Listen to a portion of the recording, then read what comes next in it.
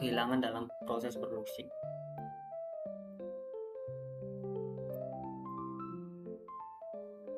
Ada jenis-jenis kehilangan dalam proses produksi. Salah satunya itu kehilangan normal.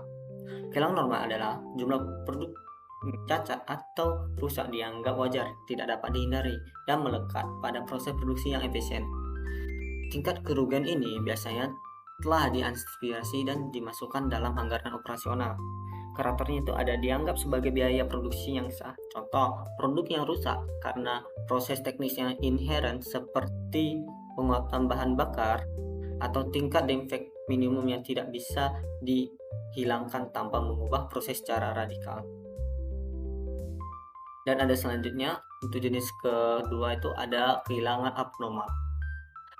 Ini adalah produk cacat atau rusak yang melebihi batas normal yang ditetapkan. Kerugian faktor yang tidak efisien dan kejadian tak terduga seperti gagal mesin, kelalaian operator, atau bahan baku yang berkualitas rendah. Karakternya itu dianggap sebagai kerugian periode atau kerugian tidak dapat dikendalikan. Contohnya, kerusakan massalnya akibat kesalahan kalibrasi mesin, kebakaran, atau kecelakaan kerja. Oke, saya akan ini ada sebagai sebuah soal yang saya akan bahas.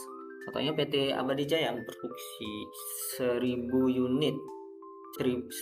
unit produk. Total biaya produksinya itu 100 juta. Biaya per unit 1.000. Kerugian normalnya diperkirakan 1% untuk unit. Kerugian aktualnya 5% dari total 5.000 unit, di mana 4.000 unit diantaranya disebabkan oleh kebakaran yang tidak terduga di gudang.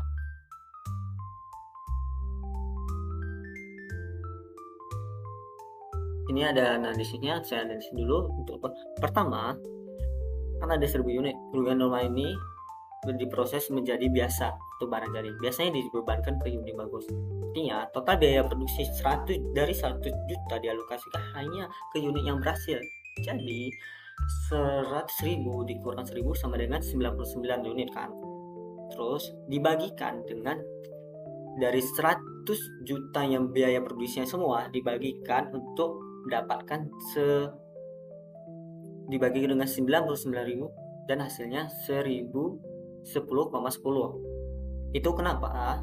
Karena biasanya kalau misalnya ini untuk kehilangan normal ya, biasanya kalau kehilangan normal misalnya contoh logikanya juga ada kayak misalnya kita produksi 1.000 produk lah nih, 1.000 unit produk, terus hilang dengan 10, terus hasilnya 90. Jadi kita harus meningkatkan harga untuk mendapatkan BEP-nya.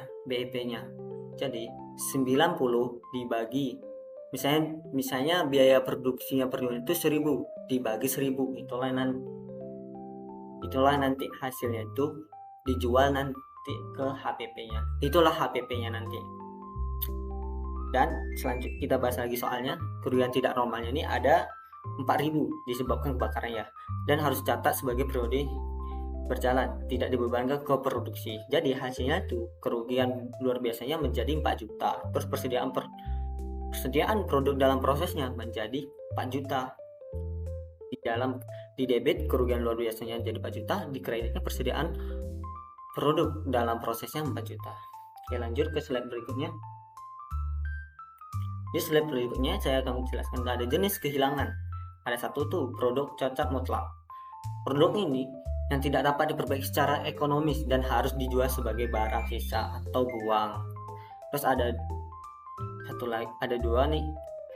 Yang dua ada produk yang membutuhkan perbaikan. Ini contohnya produk yang dapat diperbaiki, kemudian dijual sebagai produk standar. Biaya ini perlu dicatat. Dan ada sisa bahan baku yang tersisa setelah produksi biasanya ini bernilai jual rendah, misalnya serpihan logam, potongan koin. Lanjut, ada perlakuan akuntansi untuk kehilangan normal dan abnormal. Untuk perlakuan akuntansi kehilangan normal itu dikarenakan rugi dianggap sebagai biaya yang diperlukan untuk menghasilkan produk yang baik. Biaya yang terkait dengan unit yang hilang harus dibebankan ke unit yang selesai dan baik. Logikanya, jika 100 unit dimasukkan dan 10 unit hilang secara normal, biasanya totalnya harus diinstruksikan ke 90 unit yang berhasil diselesaikan, sehingga meningkatkan harga pokok produksi HPP per unit. Terus nanti dicatat di jurnal akhirnya, jurnal tidak langsung diperlakukan karena biaya unit hilang secara implisit. Sudah diakumulasikan dalam akun barang dalam proses BDB dan ditransfer ke unit baik saat perhitungan HPP. Namun jika ada nilai jual dari sisa. Oke, kita lanjut. Ini ada perlakuan untuk abnormal. Misalnya kalau ini adalah inefisiensi dan tidak boleh dibebankan ke unit. Baik, kerugian ini harus diakui sebagai kerugian periode saat terjadi. Logikanya, ini saya ambil logikanya di sini ada membebankan kerugian abnormal ke HPP akan melambungkan biaya produk dan membuat manajemen yang tidak efisien terlibat lebih baik. Ini melanggar prinsip pengendalian biaya.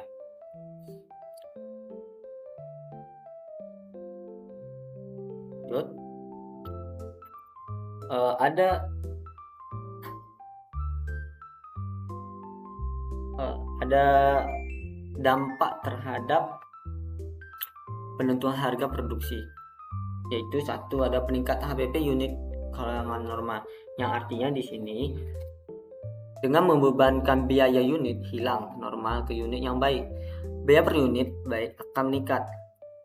Hal ini memastikan bahwa HPP mencerminkan biaya yang sebenarnya dan realitas dari proses produksi yang efisiensi, termasuk biaya yang melekat pada proses tersebut. Terus yang kedua ada isolasi biaya atau kehilangan abnormal. Ini artinya dengan memperlakukan kerugian abnormal sebagai kerugian periode termasuk ke DBDB, PDB, HPP unit baik tidak terdistorsi tidak.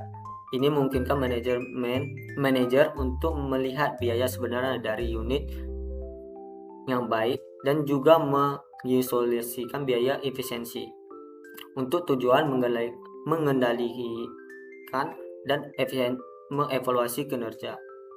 Dan yang terakhir ada kontrol manajerial. Ini pemisahan akuntansi ini sangat penting bagi manajemen. Dengan mengukurkan biaya abnormal, manajemen dapat mengambil tindakan korektif seperti perbaikan mesin, melatih kembali karyawan, atau mengganti pemasok bahan baku untuk membawa kerugian kembali ke batas normal.